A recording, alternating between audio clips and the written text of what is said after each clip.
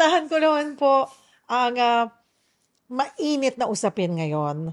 Punta ako sa politika, impeachment, Mr. President.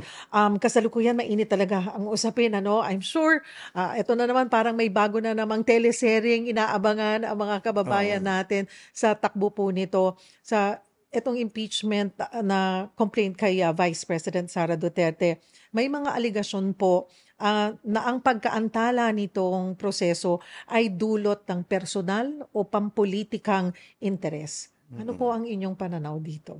Lahat ng impeachment process, nasa legislatura yan. It's between Congress and the Senate. That's not I'm busy with the transport, with the rice, with all of the different things that we are doing. That nauubos ang oras ko doon. Put it bluntly. Wala naman akong papel doon sa impeachment. Yes. Sinasabi po kasi nila na kahit nasabihin na separation of powers, meron at merong say ang Pangulo sa magiging desisyon. Siguro if a president chooses to do that, I choose not to. Puntahan ko po ang West Philippine Sea. Sinabi po ni Commodore J. Tariela na ang dapat na susunod na Pangulo ng Pilipinas ay dapat ipagpatuloy po ang inyong polisiya sa West Philippine Sea.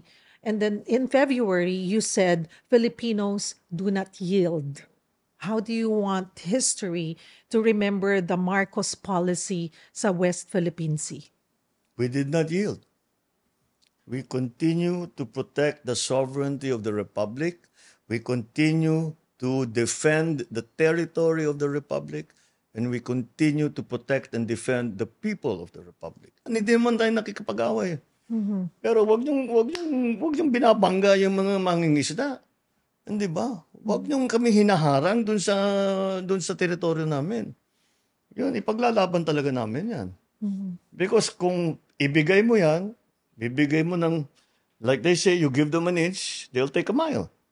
So you cannot allow it even the 1 inch. Mr. President, 3 years na lamang po Yeah. ang nalalabi po sa inyong termino. What is the one thing you absolutely want to be remembered for?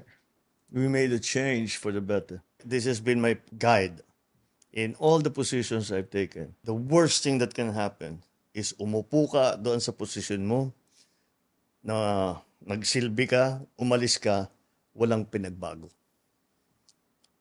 So I absolutely insist that in 2028, when I leave this office, there are significant and tangible changes for the better in the life of each Filipino.